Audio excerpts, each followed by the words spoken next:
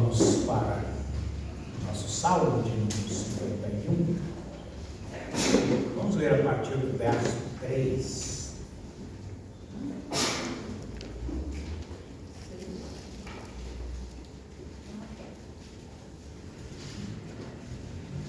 Pois eu conheço as minhas transgressões e o meu pecado está sempre diante de mim. Pequei contra ti somente, e fiz o que é mal perante os teus olhos, de maneira que serás tido por justo no teu falar e puro no teu julgar. Eu nasci na iniquidade, e em pecado me concebeu minha mãe. Eis que te comprases na verdade no íntimo, e no recôndito me fazes conhecer a sabedoria.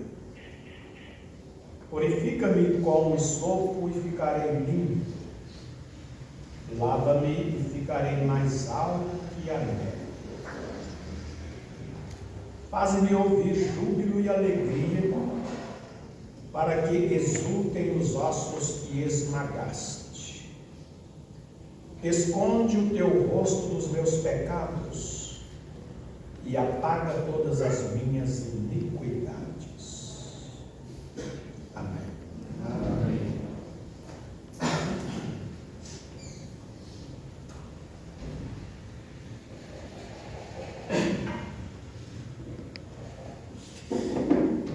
Nós paramos quando a gente estava falando do verso 3, onde Davi fala do seu conhecimento, do seu pecado, fala da sua luta, da inquietação, da sua consciência, da sua inquietação mental por causa do seu pecado. E onde nós lembramos que a consciência é tipo desse tribunal portátil que está sempre conosco. E Davi tinha pleno conhecimento do seu pecado. Ele não era uma pessoa ignorante.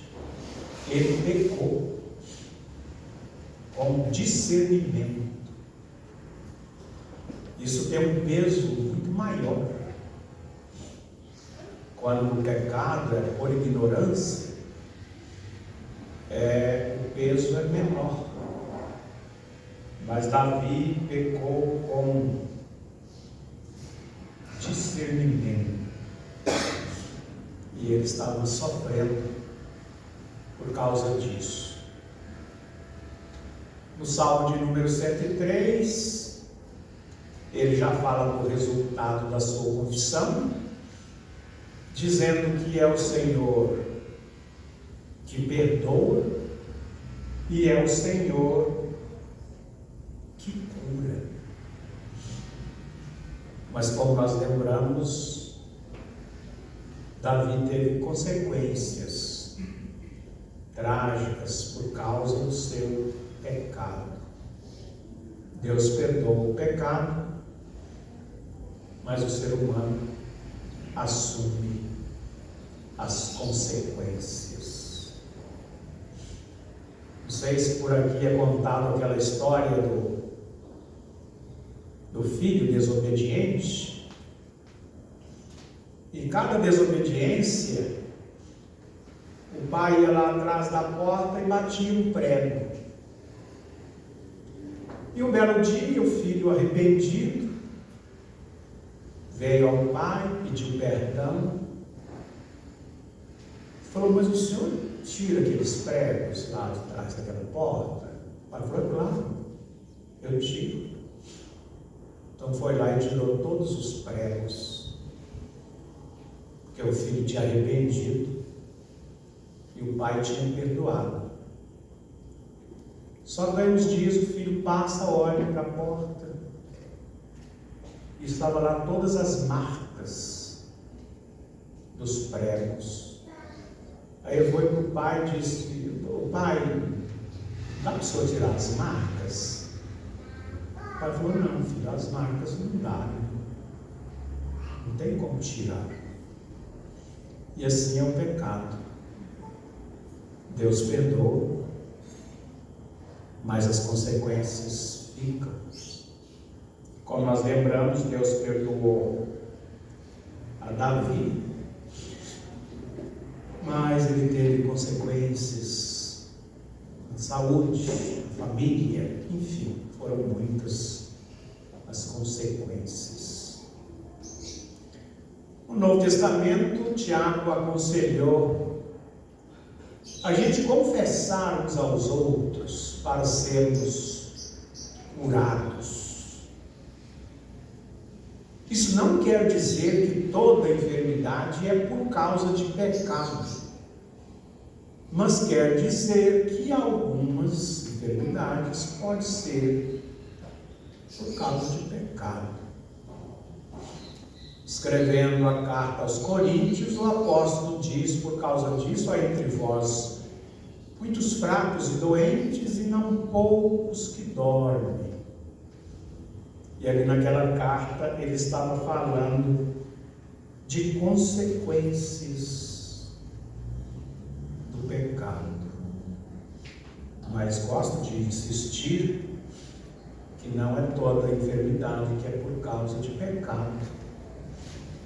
Muitas vezes Deus permite algumas enfermidades até para nos fazer amadurecer, conhecer melhor o Senhor. Mas quando a gente chega no verso 4, ele disse: "Pequei contra ti somente." E nós aprendemos que todo pecado é contra Deus em primeiro lugar. Existe o pecado contra o próximo, existe o pecado contra os irmãos, e existe até o pecado contra a natureza. Natureza masculina, natureza feminina, natureza no seu sentido geral. Mas, em primeiro lugar, o pecado é contra Deus. Abraão e Sara mentiram lá naquele lugar para onde eles foram, e depois descobriram, ou seja, o Senhor revelou ao rei daquele lugar e impediu que o rei pecasse contra ele. Quando a gente lê o texto, a gente pensa: mas o Abimeleque ia pecar contra Abraão e Sara, porque ele tinha levado Sara para ser sua mulher. Mas o homem disse que ele ia pecar contra o Senhor. E Deus interferiu, avisou, e o rei devolveu a mulher de Abraão. Quando José estava na casa de Potifar, e que foi tentado pela esposa de Potifar, ele disse: mas como eu pecaria contra o Senhor?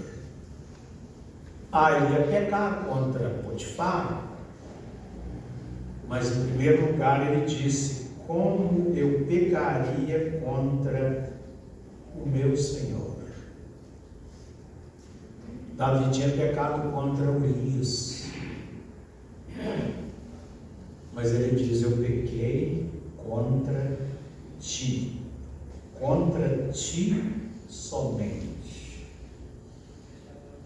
Isso quer dizer também: eu pequei na tua presença. Davi está assumindo que ele pecou diante de Deus, cheio de conhecimento, cheio de discernimento, abastecido pela graça, e ele pecou diante de Deus. Então, como a gente lembrou, nesse caso é pior. O pecado é pior. Novamente, lembrando de Tiago, ele diz que os mestres receberão punição maior. O Senhor Jesus disse que Sodoma e Gomorra será mais favorecida do que Cafarnaum. Tiro e Sidom haverá menos rigor para aquelas cidades do passado, mas que lá não foi feito milagres. E se fosse feito milagres lá, eles teriam se arrependido. Então, o pecado diante de Deus, o pecado na presença de Deus, em outras palavras, o pecado do crente no Senhor Jesus, ele tem um peso muito grande, porque nós temos conhecimento de Deus. Sabemos que os nossos pecados levou o Senhor Jesus lá na cruz. E muitas vezes cometemos pecados diante de Deus, na presença de Deus. Mas é interessante que esse pecado com discernimento, que é pior do que o pecado na ignorância, e a Bíblia diz que o pecado de rebelião é um dos piores pecados, é como o pecado de feitiçaria. E eu gosto de pensar que novamente nós estamos pensando no pecado do crente. Ele conhece. Quantos crentes conhecem o princípio doutrinário? Quantos crentes conhecem o ensino que a igreja dá? E quantos crentes se rebelam contra esses ensinos? Pior do que o pecado daqueles que não têm discernimento. Nós falamos dos pregadores da internet. Nós falamos das pessoas que dizem ser crentes e que têm conhecimento de Deus.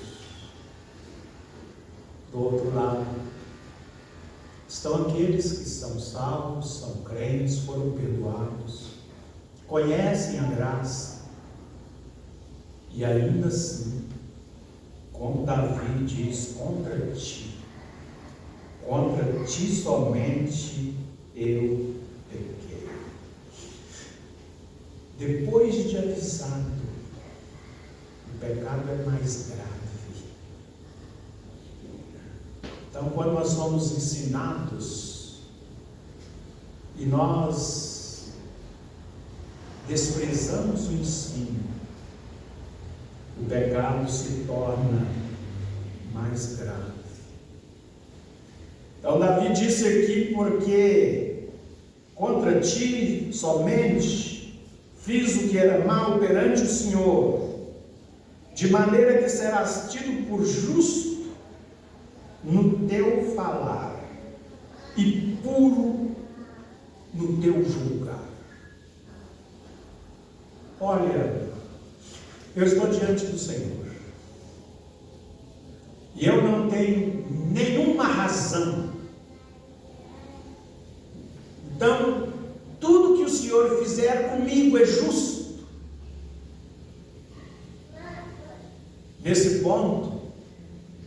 Eu gosto de pensar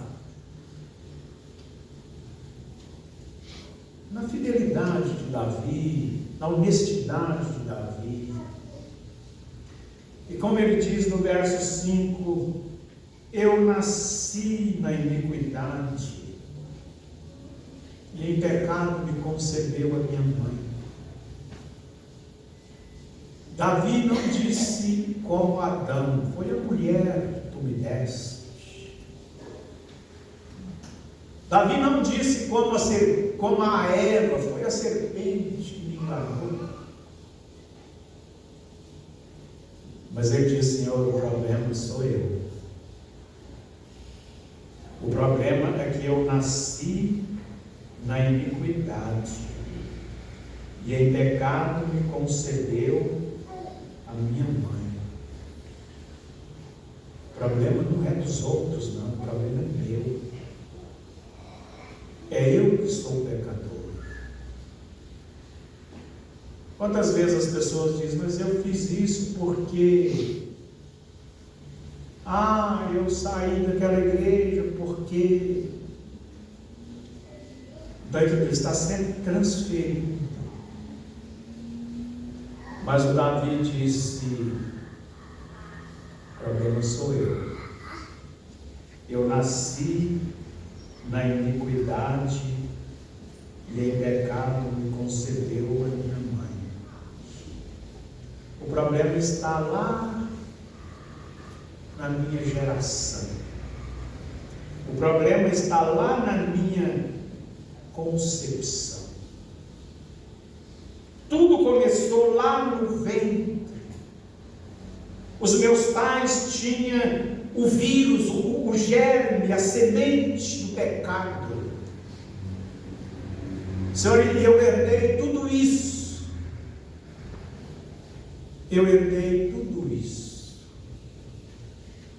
É interessante que muitas vezes, ao falar que o ser humano é pecador, ele se defende e diz, mas eu nunca matei, eu nunca roubei, eu nunca adulterei.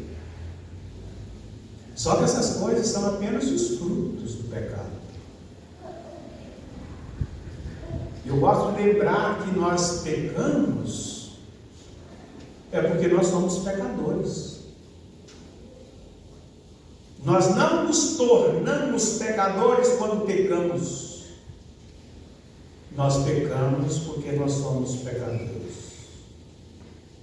E Davi então admite isso. Então o ser humano é pecador, não porque ele mata, rouba, adultera ou faz qualquer outra coisa, mas a raiz é pecaminosa. Os nossos pais pecaram e nós nascemos no pecado. E por isso é que um dia fomos perante o Senhor para pedir a Ele o perdão do nosso pecado. E naquele dia nós não falamos com Ele, Senhor, eu fiz isso, aquilo outro. Íamos passar o dia inteiro, a noite inteira. Mas a gente falou com Ele, Senhor, eu sou pecador. Eu preciso de perdão. Senhor, o Senhor morreu pelos meus pecados e eu preciso de perdão. Então Davi admite isso. Eu nasci na iniquidade. A sede, a matriz estava contaminada. E eu nasci contaminado. Eu sou pecador. E esta é a maneira que o ser humano precisa ir diante do Senhor para falar do seu estado de pecado, confessar o seu estado pecaminoso. Eu nasci na iniquidade e em pecado me concebeu a minha mãe.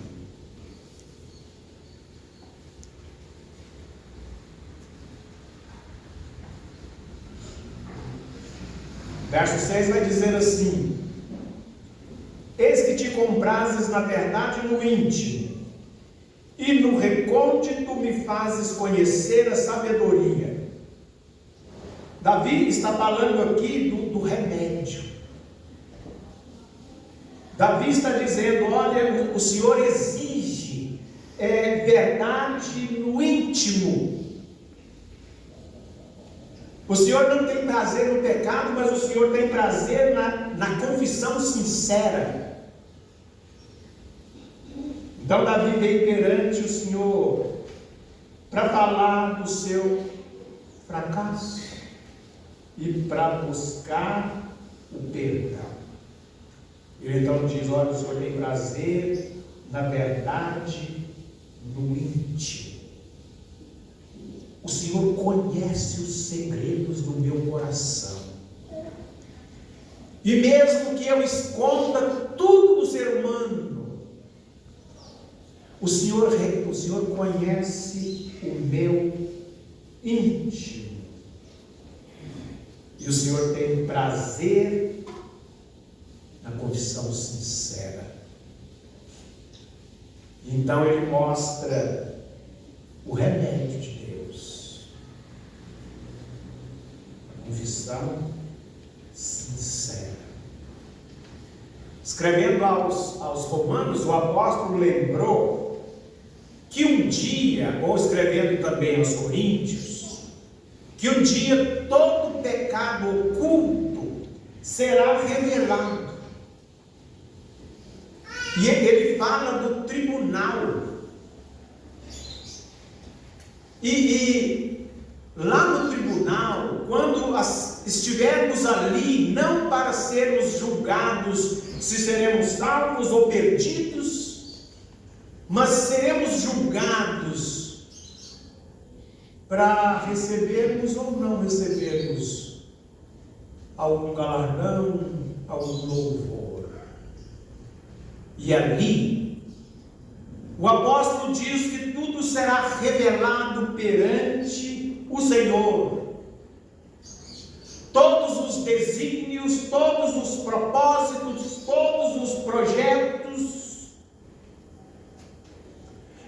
Ou seja, ali será avaliado a razão, o que esteve por trás, o que promoveu o nosso trabalho, o nosso serviço. O Senhor então vai revelar todos os segredos que estiver no nosso íntimo. Quantos segredos! Quantos segredos! E lá perante o tribunal, nós seremos julgados e receberemos ou não. Mas o Senhor nos ensina que todo serviço fiel será recompensado. Todo serviço fiel. E aqueles que foram comparados como palha, feno, madeira, se tornarão cinzas. Mas o apóstolo diz: todavia o tal será salvo como que através do fogo. Como é bom pensar que aquele que crê no Senhor Jesus está perdoado, salvo. E o tribunal não é para julgar se eu serei ou não salvo. Porque a salvação é pela fé. Pela graça sois salvos mediante a fé. Isso não vem de vós, é dom de Deus. Não vem de obras para que ninguém se glorie. Nós estamos chegando próximo do fim. E como nós lembramos no verso 7, ele diz: purifica-me, lava-me, purifica-me completamente. Os estudiosos dizem que O verso 7 completa o verso 2, que um fala de confissão e o outro fala de pedido de perdão. E eu que não entendo das línguas originais, aprecio só a opinião dos que conhecem. Mas ele diz, olha, um fala da confissão, o outro fala de um pedido de perdão. Olha, Davi está citando aqui o esopo ligado a uma cerimônia que se fazia, mas ele não quer depender da cerimônia, ele quer a prática. E eu gosto de crer que o cristianismo, ele não é uma religião de cerimônia. A igreja do Senhor Jesus, ela não é exigido dela cerimônias. Nós temos o batismo, nós temos a ceia, e apenas isso. E todas aquelas coisas do passado eram apenas figuras. E eu gosto de pensar que a cerimônia, ela tem lá o seu valor, e eu não sei explicar. Mas o que tem valor mesmo para a igreja é a vida prática. Não adianta eu ser mergulhado nas águas do batismo se eu ainda não nasci de novo. A cerimônia em si não tem valor. Primeiro eu preciso ser salvo. Não adianta eu assentar em volta dos emblemas, se lá no íntimo, aquele que é representado pelos emblemas não estiver entronizado aqui. Será apenas uma cerimônia. E Davi sabia discernir essas coisas. E a igreja vive isso. A prática do que a palavra ensina. E a cerimônia pouco importa, tem muitas delas que nós praticamos que talvez veio até do paganismo. Mas o que é importante para a igreja é a prática da palavra de Deus. Como nós lembramos, nesse salmo Davi vai citar o pecado em todas as suas formas.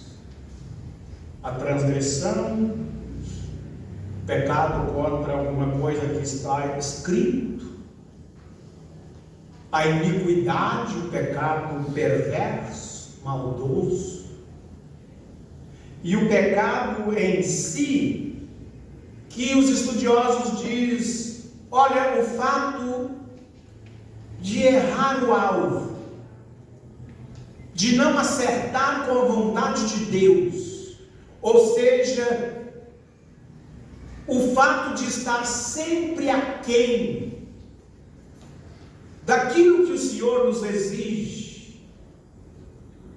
E ele, nesse salmo, ele vai citando o pecado. Senhor, perdoa as minhas transgressões. Senhor, perdoa as minhas iniquidades. Senhor, perdoa o meu pecado. E ele vai citando as raízes, do pecado. Nós chegamos então nesse ponto que Davi admite transgressão, Davi admite iniquidade, Davi admite pecado, o ato de ter perdido a direção, perdido o rumo, perdido o alvo, estar sempre aquém E é interessante isso. Quantos de nós, alguma vez na vida, perdemos o alvo? Quantos de nós, alguma vez na vida, perdemos a direção? Quantos de nós, alguma vez na vida, ficamos abaixo da média? E as pessoas olhando para nós, dizendo, mas ele ou ela era tão dedicado. E quando o Senhor Jesus olhou para a igreja de Éfeso, eu disse, eu tenho uma coisa contra ti. Vocês abandonaram o primeiro amor. Lembra-te, pois, de onde caíste, arrepende, volta à prática das primeiras obras. E enquanto nós, como crentes, como igreja, ouvimos as pessoas dizer, não, eu estou apenas frio, desanimado. E a gente volta para a igreja para dizer, não, os irmãos não têm nada, eles estão apenas desanimados, frios. E o Senhor disse, lembra de onde caíste, arrepende e volta. Frieza também é pecado. Desânimo também é pecado.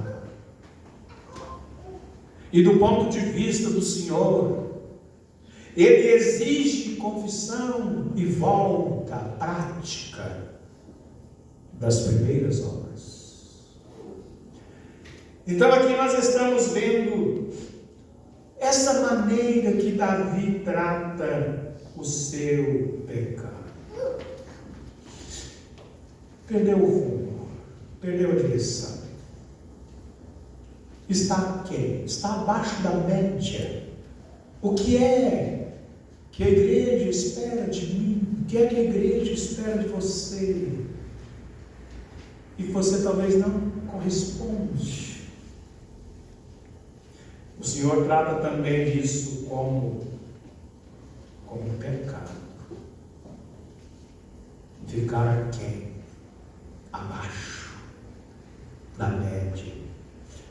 Mas nós vamos terminar pensando que Davi diz assim, faze-me ouvir júbilo e alegria. Veja o homem aqui lembrando do passado.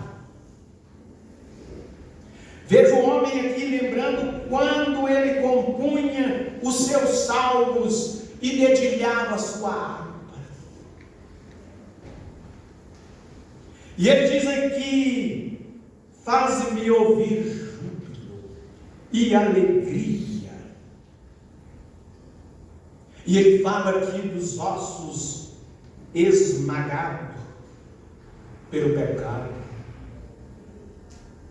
Davi deve ter sentido a saudade dos campos quando ele estava atrás das ovelhas.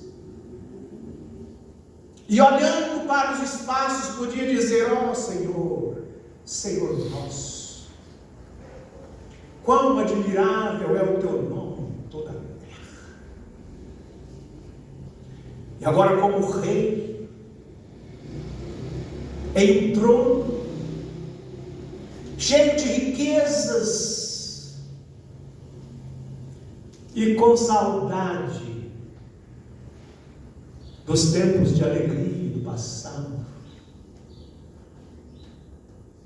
faz-me ouvir júbilo e alegria. Talvez hoje de manhã a gente pode olhar para trás e lembrar, eu já fui muito mais feliz. Eu já fui muito mais alegre. E se existe uma coisa extraordinária na Bíblia, é a alegria cristã. No Salmo 126, Israel está dizendo, grandes coisas fez o Senhor por nós e por isso nós estamos alegres.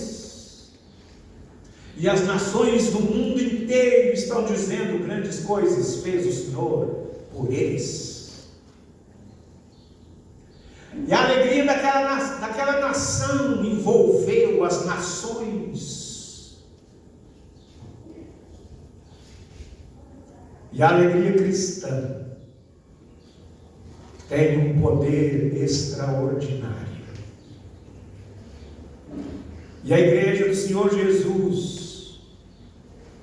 precisa ser uma igreja feliz. Porque, como nós lembramos, nós sabemos de onde nós viemos. Éramos pecadores perdidos. E nós sabemos onde nós estamos hoje. Posicionalmente assentado nas regiões celestiais. E logo, logo, a trombeta vai soar. Os mortos em Cristo vão ressuscitar. Os crentes vivos vão ser transformados. E nós vamos encontrar com o Senhor nos ares. E nós vamos estar para sempre com o Senhor. O apóstolo diz que naquele dia nós vamos trocar a casa terrestre, ou seja, essa casa transitória, passageira, por um edifício, uma casa não feita por mãos. Novamente ele fala aos filipenses que nós vamos entrar na posse da nossa pátria, de onde também nós aguardamos o Salvador, o Senhor Jesus, que vai transformar o nosso corpo abatido para ser conforme, semelhante ao seu corpo glorioso. Que o Senhor nos ajude no tempo da nossa peregrinação, que o prazer, a alegria do perdão possa ser vista em nós, no nosso rosto, e até nas horas difíceis da vida. Tínhamos um irmão chamado João Vitorino, Porto de Santana, e o irmão foi internado para morrer. E lá, entre muitas pessoas que não conheciam Deus, a gente chegava para visitar e as pessoas diziam: nós nunca vimos uma coisa assim. Um homem que, pelos médicos, pela medicina, sem nenhuma esperança. E o homem é muito mais feliz do que todos nós. Alegria cristã, alegria do céu, esperança viva. O que Davi queria? Voltar. Faze-me ouvir júbilo e alegria, para que restaure os ossos que esmagaste por causa do pecado. Que o Senhor nos ajude nesta manhã. Amém.